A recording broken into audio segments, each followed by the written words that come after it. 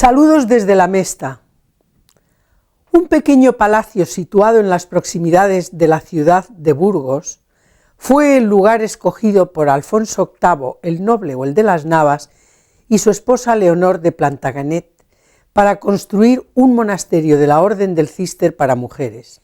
Sin embargo, la idea de Alfonso VIII de hacer de este monasterio cabeza y matriz de todos los conventos femeninos cistercienses de Castilla y León iba a traerle serios problemas y una gran oposición por parte de los monasterios que habían sido fundados con anterioridad, como por ejemplo Perales, Gradefes y Cañas, que fueron los que se mostraron más reticentes con esta nueva fundación, así como aceptar como cabecera rectora a este monasterio recién fundado, teniendo en cuenta que todos debían de prestar obediencia como filiales que eran del monasterio de Tulebras en Navarra, por ser el primer monasterio de monjas cistercienses españolas fundado en 1157. Sus obras comenzaron en junio de 1180 y se inauguró en 1189, según consta en una crónica de su bisnieto Alfonso X el Sabio. Uno de los principales motivos que impulsó al rey Alfonso VIII a edificar este monasterio fue el de convertirlo en panteón de reyes. Gozó desde sus inicios de la protección de papas y reyes, y en él, además de coronarse a Alfonso X y su hijo Enrique de Trastámara, se armaron caballeros los reyes Fernando III, Alfonso X, Pedro I y Juan II. Sin embargo, fue la reina Leonor quien puso mayor empeño en conseguir esta fundación con el fin de que las mujeres pudieran alcanzar los mismos niveles de mando y responsabilidad que los hombres. No obstante, para ello pidieron al Papa Clemente III la autorización para fundar y consagrar el nuevo monasterio.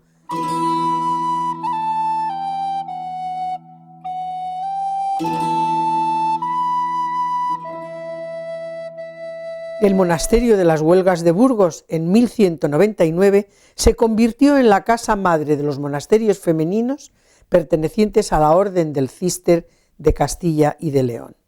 La abadesa como mujer no podía confesar, decir misa ni predicar, pero ella era la que concedía las licencias a los sacerdotes y obispos para que hicieran estos trabajos y ejercieran su ministerio. Indudablemente, el poder de la abadesa en su territorio era absoluto. No solamente era dueña de un señorío material, sino que también lo era en el ámbito jurídico. El señorío material estaba compuesto por 54 villas, tierras, molinos y las exenciones fiscales de los derechos de pontazgo, portazgo y montazgo. Hay que tener en cuenta que estos derechos eran muy importantes para la economía de la Edad Media.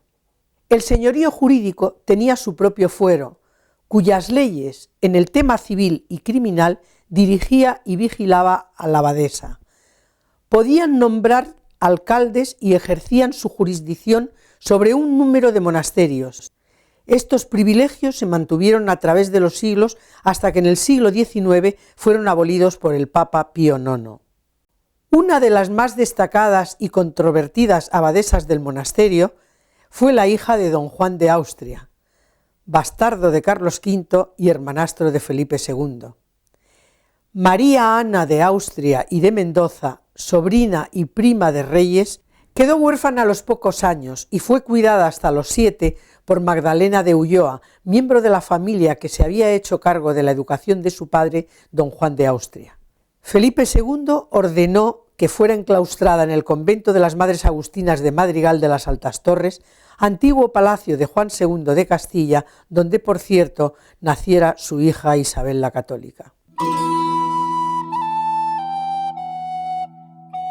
Doña María Ana de Austria, a la edad de 21 años, profesa el 12 de noviembre en el monasterio de Madrigal, y allí se produjo uno de los hechos más asombrosos de su azarada vida.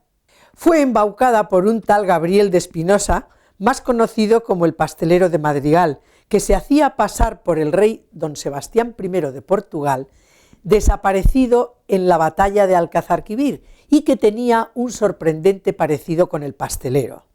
El pastelero Espinosa corteja a doña Ana con la complicidad de su confesor, el portugués Fray Miguel de los Santos, con la idea de restablecer la monarquía en Portugal y obtener los consiguientes beneficios.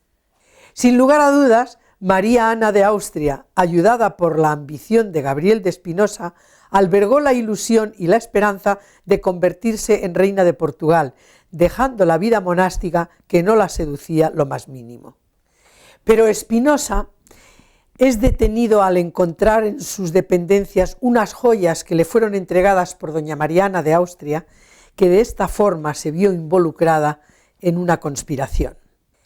El triste final de esta historia, como no podía ser de otra manera, fue la condena de Gabriel de Espinosa, el pastelero de Madrigal, que fue ahorcado, decapitado y descuartizado y sus restos expuestos en las entradas de la villa de Madrigal. Su cómplice, Fray Miguel de los Santos, no quedó muy bien parado, que digamos, pues fue ahorcado en la Plaza Mayor de Madrid. Y finalmente, a doña María Ana de Austria le fueron retirados todos los privilegios que poseía y la recluyeron en el convento de Nuestra Señora de Gracia en Ávila, con una estricta clausura. Con 27 años y frágil de salud, deseaba abandonar un estado para el que no sentía vocación y en el que había entrado obligada por el rey. Allí pasó poco más de 3 años hasta que su primo Felipe III, un poco más condescendiente que Felipe II, la devolvió al monasterio de Madrigal, donde le fueron restituidos sus privilegios e influencias, además de recobrar la tranquilidad de espíritu, siendo elegida priora del monasterio.